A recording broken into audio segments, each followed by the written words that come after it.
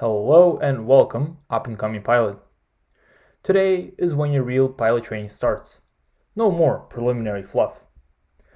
Up until this point, you showed us that you're physically capable of becoming an elite force. But if you truly want to call yourself a pilot, you have to think like one. I will guide you through your learning process to make sure you understand the essential ideas properly. Now bear with me as I need to read this obligatory statement from today's sponsor, Hammond Robotics. They kindly provided us with these training pods, the state-of-the-art technology that we're going to use today. The training pod incorporates real-field data gathered by experienced pilots, like myself, and is capable of simulating all possible combat zones and all possible combat scenarios in 180p. Now, would you please look at the lights to calibrate your machine?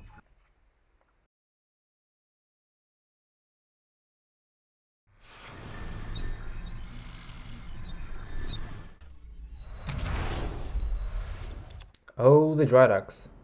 A great place to hone your movement skills. You have a lot of walls adjacent to each other. Do what pilots do best for me. Get from point A to point B. In other words, just make a loop around the map. I'm going to time you on how fast you're going.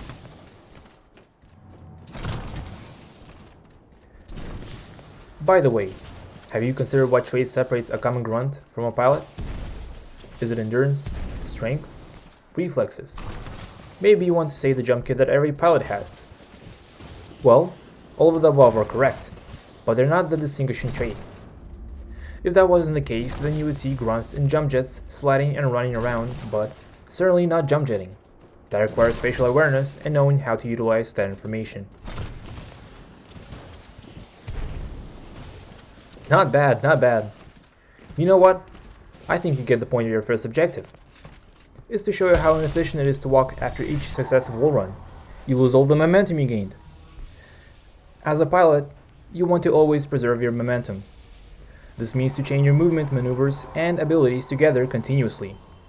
Your movement should feel as one continuous motion, fluid like water. Now let's try this again, but with a different twist on it. Look at the wall pilot. Compared to regular people who see walls as an obstacle, a physical barrier in the literal sense, to us pilots, walls are but a path that you can always take and a path that you probably will take.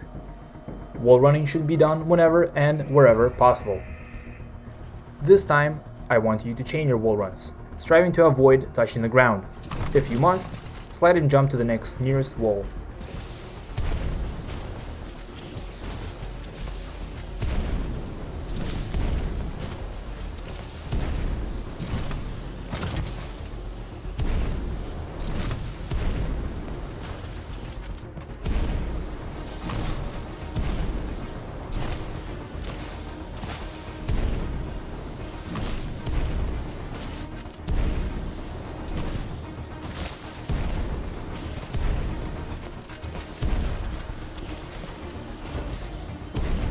Nice! You pilots certainly do your homework. Good job! Now let's introduce enemy pilots to the mix. You will soon find out that you'll get killed a lot.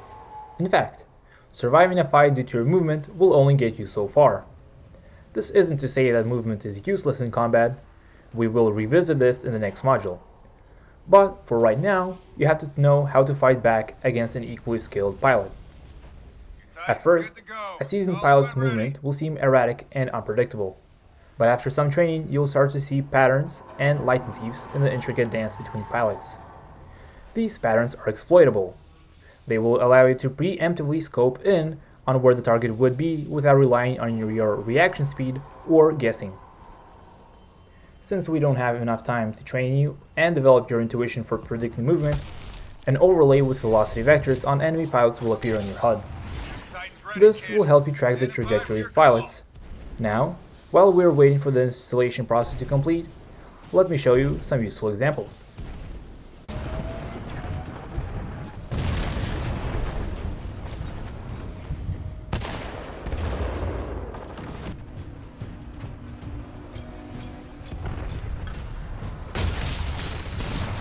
Do you see the pilot? Here, watch this one.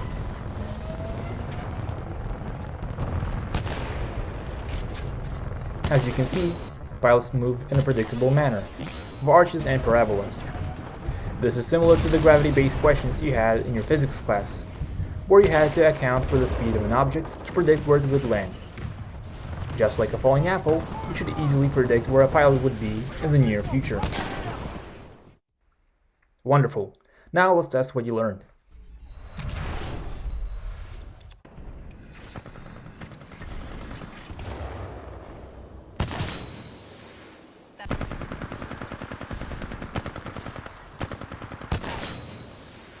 I hired the right pilot, that's for sure.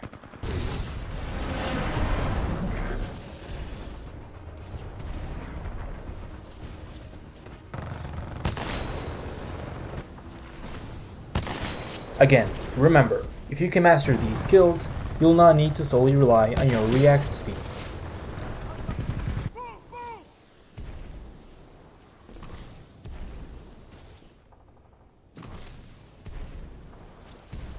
Now the amalgamation of everything you have learned so far.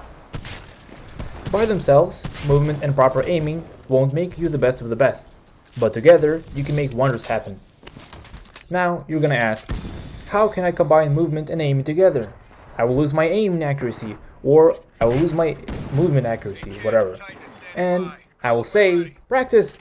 Practice, practice, practice! That's all! I can't stress this enough, because pilots stop their training at this point. They say, I have other things to do. I don't have enough time to sink into the practice, or this isn't for me. I'll just go back to playing COD or something. But listen, you don't actually need to spend a lot of time practicing. You need to consciously practice movement and aim simultaneously for like 20 simulated matches, and boom, you're done. Just please don't quit being a pilot. There aren't many of us left. Just please, please, please, please. Oh, wait a second. I forgot to take my pills. Hold on. There we go. Anyways, where were we? Oh yeah, practice. And I'll add 2 more things to that. First, I recommend you use grenadier weapons when practicing. They are forgiving for poor accuracy, and they actively encourage you to use your movement to remain high up in the sky. You may ask, how can they, and why do they allow you to learn movement?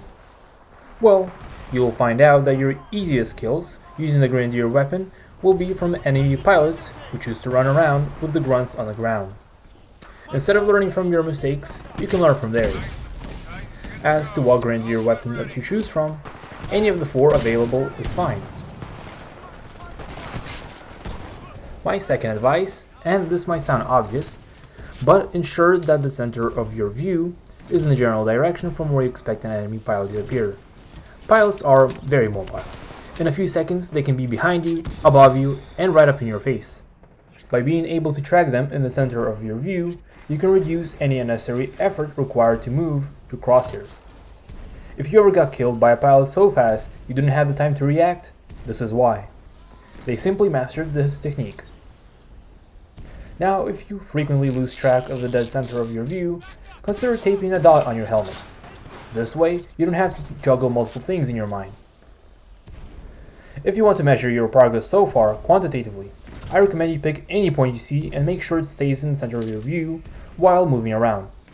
If at any point you decide to zoom in and fire, the enemy, or in this case the point, will be a few centimeters away from the bullet. This tests your ability to move backwards or sideways without breaking the line of sight of the point. Lastly, a word of advice. Make sure to not have wall hang or hover in your pilot kit. They actively stop any build of momentum you gain. I don't understand why they add them in the first place. Use kill report instead. It will give you a general idea where an enemy was and will be. That's all, pilot. All you need to know for today. There was a lot to keep in mind, so here's a 20-second summary. 1. Don't touch the ground. 2. Predict the enemy's future position for the next few seconds and pre-aim your weapon of choice. 3. A generalization of the second point. Use movement to keep an enemy in the center of your view. And 4. Have fun while practicing the concepts above. Good luck, pilot, and see you on the frontier.